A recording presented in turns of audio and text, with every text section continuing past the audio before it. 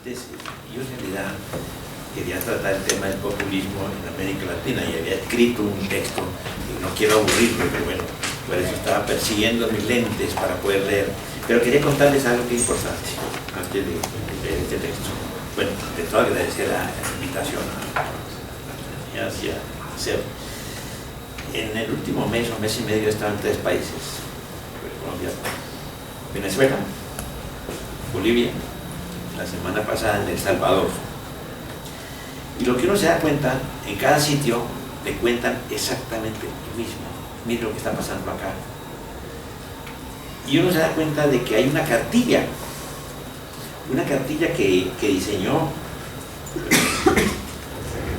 Chávez y que corrigió la de Castro hace 50 años. Para Castro había que llegar al poder por las armas, porque no había otra alternativa que llegar por las armas al poder.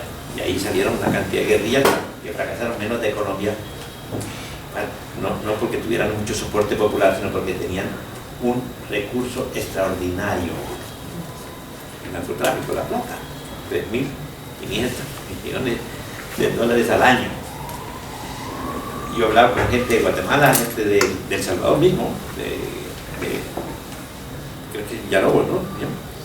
Que me decían: nosotros tuvimos que ir a La Paz, porque cuando se cayó el muro de Berlín no llegó plata a través de Cuba. Y al no llegar plata, no teníamos cómo sostener un ejército y nos tocó hacerlo, cosa que no se le ocurrió a las FARC, porque tiene la religión más rica del mundo. Pero la cartilla es la misma, la dictó, es una cartilla muy curiosa porque mezcla castrismo, marxismo con fascismo, a través de Norberto C. Resolve, que fue un profesor, fue maestro de Chávez, un argentino, asesor de los Carapintadas, nada menos.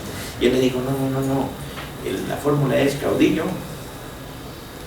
ejército y pueblo. El ejército no hay que, demandarlo, se puede adquirir, se puede comprar, se puede controlar al ejército perfectamente. Y democracia no representativa, sino participativa a través de referentes. Y hay que crear, lo primero que todo es llegar al poder por la vía electoral,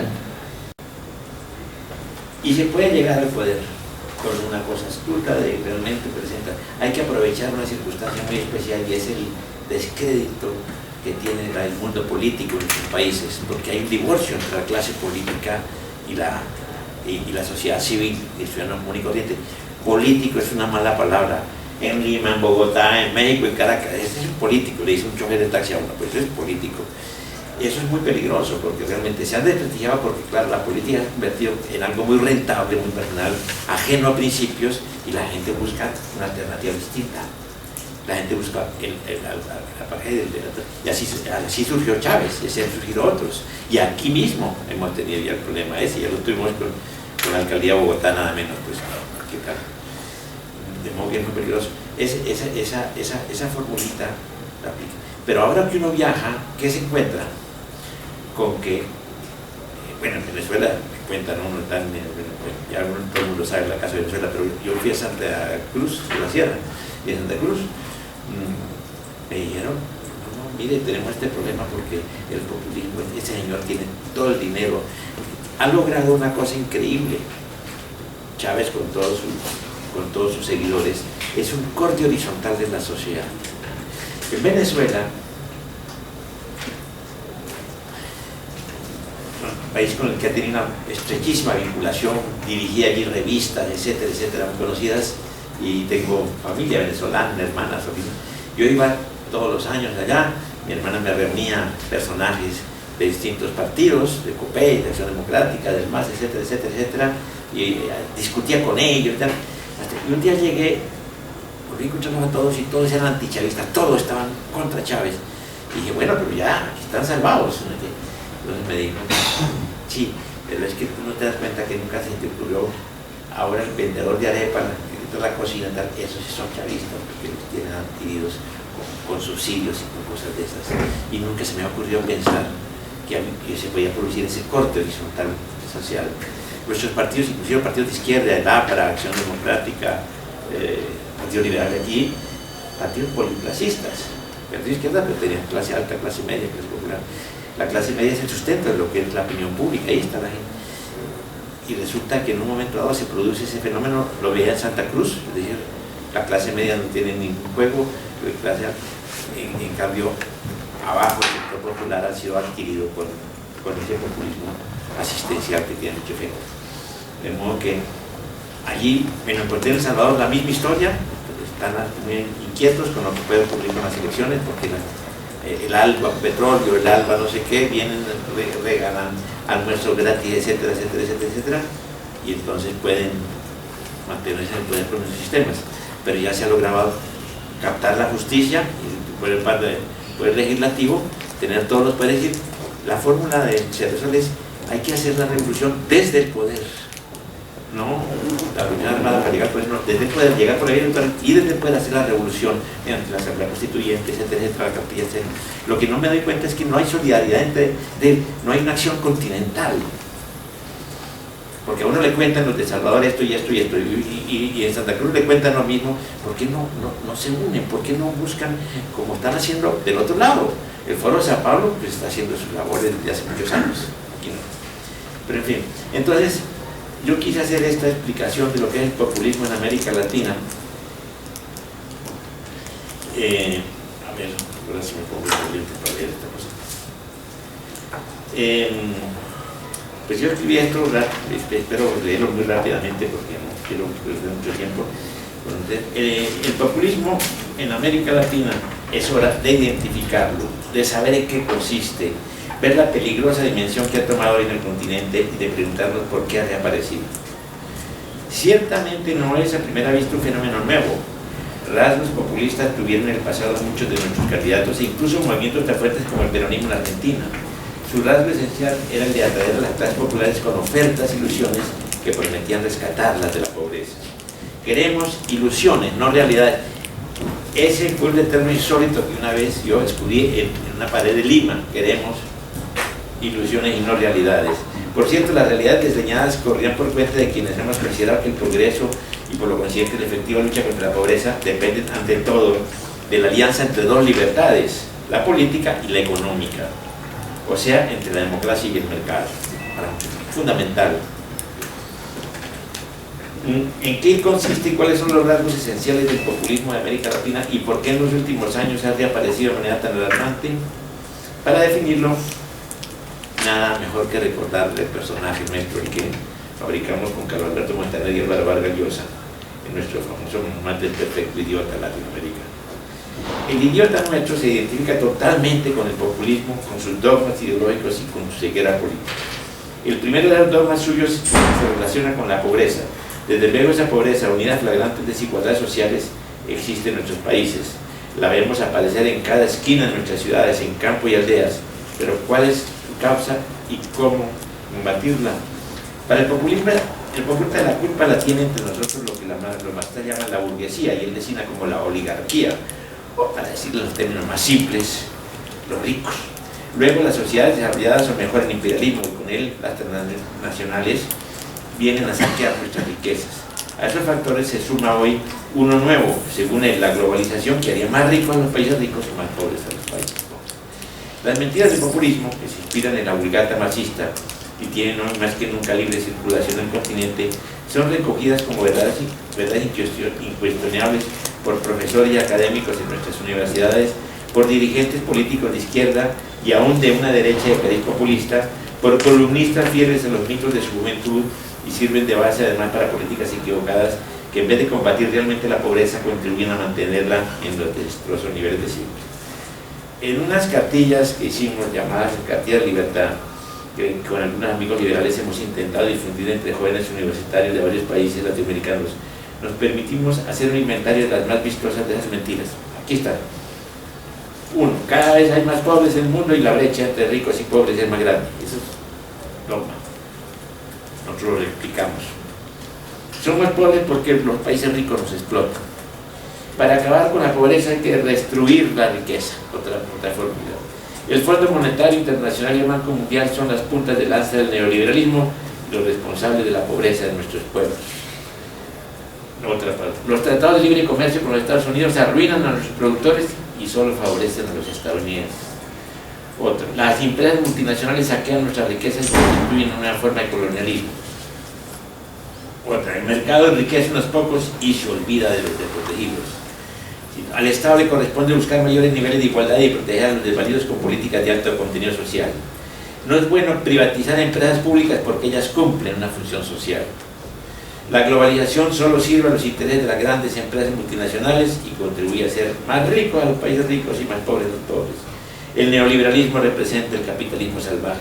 La verdadera izquierda es incompatible con la economía de mercado y la globalización. El socialismo del siglo XXI es la nueva salida para América Latina.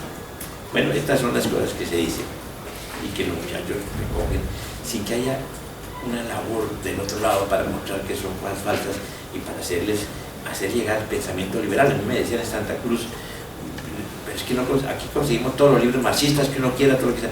No encontramos quiénes son los pensadores liberales, etc. Y a mí me he hecho una cartilla que hay que difundirla, sacando lo esencial del pensamiento liberal desde los tiempos más antiguos hasta hoy. De nada sirve que la realidad misma, y no solo quienes difundimos un pensamiento liberal, desmienta estas afirmaciones de una vulgata marxista adoptada por el populismo en nuestros tiempos. La ideología es un sustituto de la religión, tiene un valor sagrado, irrefutable. Sus líderes en el continente ven la izquierda como una tarta que basta repartirla para acabar con la pobreza. Así lo creyó Castro, y ahora todos los cubanos son pobres con excepción de los dirigentes que lo acompañan. El empresario privado es visto como un privilegiado, un explotador, y el mismo sello pecaminoso tiene para los líderes populistas las multinacionales. No importa que la Ford, la Coca-Cola, General Motors, la empresa francesa Carrefour inviertan dinero en cualquier país metro, realicen estudios, trasladen equipos, organicen sistemas de producción y creen fuentes de trabajo. Son vistas con recelo, controladas y a veces ahuyentadas como voraces agentes de un imperialismo explotador. Con el mismo recelo es visto el mercado. Quienes sostenemos que es importante conocer sus leyes y opciones a fin de obtener de ellas el máximo beneficio posible, somos señalados como exponentes del neoliberalismo y del capitalismo salvaje.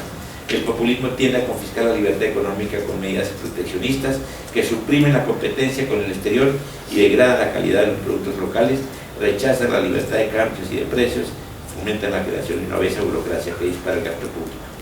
La búsqueda de la igualdad es el gran leitmotiv del populismo. Para ella, su fórmula ideal es lo que llaman la redistribución de riqueza, o sea, transferir al Estado por medios impositivos parte de los recursos de quienes tienen más para supuestamente otorgárselos a quienes tienen menos mediante los llamados programas sociales. Se parte de la base de que la riqueza es algo así como un botín mal habido que debe repartirse, con lo cual se ignora que la creación de la riqueza corre por cuenta del sector privado, de su capacidad de ahorro e inversión, y no del Estado, que suele contar como gobiernos populistas con la burocracia y sus agentes políticos.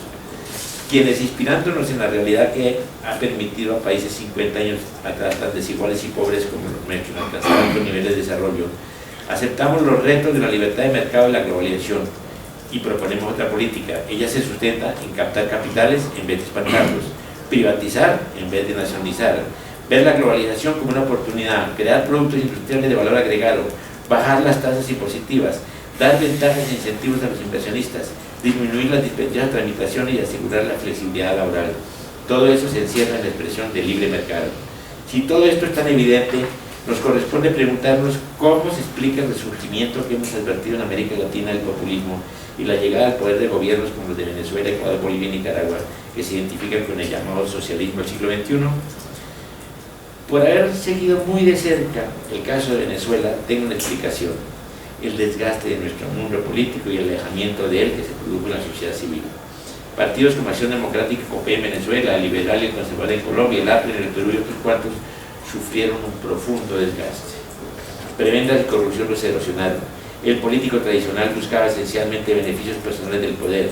Todo ello hasta el punto de que político se convirtió en una mala palabra en Lima, Quito, Bogotá, Caracas, México.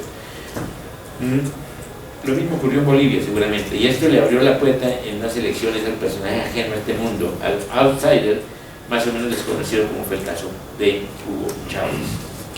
Yo nunca he olvidado que el día de las elecciones del 98, cuando llegó Chávez al poder, yo estaba aquí en Bogotá y fui a la embajada de Venezuela. El embajador era Fernando Gervasi, que ha sido colega mío por allá en Italia, etc. Y era una mujer. Y en un momento dado le preguntamos a Irene, bueno, pero ¿tú por qué votaste? Y miró para todas partes y así, yo voté por ese otro, por ese Chávez que es otro tipo distinto. Está profundamente arrepentida, pero eso ocurrió con mucha gente. Por cierto, Chávez fue inspirador de la nueva fórmula para el socialismo marxista, tras su desplome en Europa por la caída del muro de Berlín, una nueva versión de cariz populista de América Latina. Su experiencia personal le permitió hacer modificaciones en la cartilla revolucionaria de Castro y del propio Che Guevara. En vez de que la revolución debía de hacerse por la vía armada, fórmula que dieron en Colombia hace 50 años, dirigieron a las FARC y al ELN, se consagró la opción de llegar al poder por la vía electoral para desde el poder hacer la revolución. Un argentino asesor de los caras pintadas, llamado Norberto Cerresole, le dio a Chávez la fórmula caudillo, ejército y pueblo, y no democracia representativa, sino democracia participativa a través de referéndum. Si a esto se suma la iniciativa de crear su propio núcleo empresarial, en Venezuela la famosa burguesía, en sustitución del que fue víctima del nuevo modelo, a tiempo que se producían confiscaciones y expropiaciones en el área agraria, descubriremos que este socialismo suyo, llamado el siglo XXI, tiene también ingredientes fascistas. Según un modelo que recuerda el de Mussolini, Chávez consiguió, a través de referéndum y asambleas constituyentes, el control del poder ejecutivo, legislativo y judicial, la reelección continua y el apoyo incondicional de los altos mandos militares, poniendo al frente de ellos hombres de su entera confianza y, algo muy importante, la implantación de un populismo asistencial que, sirviéndose los recursos millonarios de un Estado dueño absoluto de las regalías petroleras, consigue asegurar el respaldo de las franjas más pobres y marginales de la población con dinero, con regalos, con misiones de salud a cargo de médicos cubanos y cloacas y ofertas llamativas. De este modo se proyectó en el continente un fenómeno inquietante y desconocido, una fractura social más honda que las divisiones políticas tradicionales. En todos nuestros países los partidos tradicionales, incluyendo los de izquierda como el APRA, Acción Democrática de Venezuela, o el Partido Liberal de Colombia, eran policlasistas, tenían clase alta, tenían clase media, tenían clases populares. Chávez rompió tal esquema, rompió con la clase alta y se estableció la clase media e incluso en la clase obrera sindicalizada, pero logró con su política típicamente populista apoderarse de los grandes sectores marginales que son muy numerosos en Venezuela como en casi todos nuestros países. Gentes en buena parte sin empleo y con oficios de evasión. La dádiva va a ser lo único que cuenta para asegurar su militancia en las vueltas oficiales. La opinión pública, con sus diversas vertientes de izquierda, centro-derecha, tiene asientos en las clases medias. Y es allí donde brota y se difunde un descontento por la gestión de Chávez. Es allí donde hay conciencia de los errores cometidos por el mandatario venezolano en sus 14 años de gobierno. Errores inquietantes que pueden llevar, lo están llevando al desastre a Venezuela. Un aparato productivo destruido, empresas estatales que arrojan pérdidas millonarias, destrucción de la fuente de trabajo y un empobrecimiento progresivo, una inflación que poco le falta para alcanzar un 28%, la más alta de América Latina, una deuda pública disparada, una infraestructura en ruinas, un sector energético en crisis, salud, educación, servicios del Estado en estado precario y sobre todo esto una alarmante inseguridad que hace de Caracas la ciudad más peligrosa del continente y una inmensa corrupción e incompetencia en el manejo de asuntos públicos. Tal es el balazo del populismo en el país más rico en recursos del continente. ¿Qué pasa en los países que siguiendo este modelo hacen suyo el socialismo del siglo XXI? Nada muy promisorio. Alentado por Chávez, Evo Morales eligió un camino que puso al país en una dirección más cercana y afín a este proceso con algunos ingredientes propios de un malentendido indigenismo. Entre los errores que se han señalado a Morales y que han tenido alguna repercusión internacional, puede citar el fallido gasolinazo que significó un alza hasta el 83% del precio de los carburantes, las elecciones judiciales, la polarización regional, el auge del narcotráfico, la menor producción de hidrocarburos que obliga a importar gasolina, diésel y gas, así como la declinación de la agricultura, el embárquico de la central obrera boliviana, el mal manejo de las políticas económicas, numerosas señas de autoritarismo, intolerancia y sus relaciones con el llamado eje del mal, como son los regímenes de Irán, Cuba y de luego Venezuela. A propósito de la proyección que ha tenido el populismo en Ecuador y de la contaminación ideológica salpicada de chavismo y castrismo que ha sufrido el régimen de Rafael Correa, este tiene también fallas muy visibles en la región. Como lo señalaba el presidente Osvaldo Hurtado, no hay en Ecuador procesos electorales libres e equitativos que garanticen igualdad de condiciones de candidatos y partidos. Correa no respeta la Constitución ni las leyes, no existe real división de poderes y por consiguiente no son independientes la justicia y los organismos de control y se respeta el pluralismo y los disensos. Pero lo más grave son las restricciones a la libertad de expresión, las sanciones a diarios y cadenas de televisión que se atreven a criticar al gobierno y que no aceptan las rectificaciones que Correa intenta imponerles. nos encontramos en este país con un feroz populismo autoritario. Con cierta candidez, comentaristas europeos identifican este regreso del populismo en nuestro continente como un viraje hacia la izquierda que ha dado al continente latinoamericano. Mario Vargas Llosa recuerda que en el prólogo del libro, del cual somos autores, su hijo Álvaro Montaner y yo, que hemos trazado una clara frontera entre lo que llaman la izquierda carnívora, es decir, el populismo de Chávez, Evo Morales, Rafael Correa, Daniel Ortega, y lo que hemos llamado una izquierda vegetariana, que prevalece en Chile, luego y Brasil, que defiende la democracia y el mercado. La primera es funesta, la segunda, al abandonar las viejas recetas marxistas, traza una vía hacia el desarrollo. Hacemos esta distinción porque es importante hacerla. Tarde o temprano, las más sanas corrientes de opinión en América Latina lograron imponer este pensamiento de nuestra amiga española Esperanza Aguirre. La libertad económica y el libre comercio internacional han sido, son y serán mucho más eficaces en la lucha contra la pobreza que el nacionalismo, el intervencionismo y el populismo. Bueno, este era el texto que había escrito, pero vuelvo a repetir lo que les había dicho, es importantísimo que haya una unión entre todas estas corrientes. Y yo le estaba proponiendo al presidente Uribe, ahora que estuvo ya en El Salvador, que tiene un evidente liderazgo en el continente, que sea el anfitrión de grandes foros, un foro que reúna todas estas corrientes para mirar los peligros que tiene la democracia en el continente y trazar una estrategia común. Es importante, pero lo otro que a mí me parece fundamental y que es que tanto en Venezuela la gente joven, aquí todavía, las universidades han sido muy penetradas por los brazos políticos de la FARC, es muy peligroso, aparecen cada rato, pasan montañas, lanzan bombas, etcétera, muy peligroso. En Venezuela ya no. En Venezuela lo extraordinario, lo único positivo que uno encuentra en ese panorama es que los muchachos ya no tienen nada que ver con Chávez y son militantes.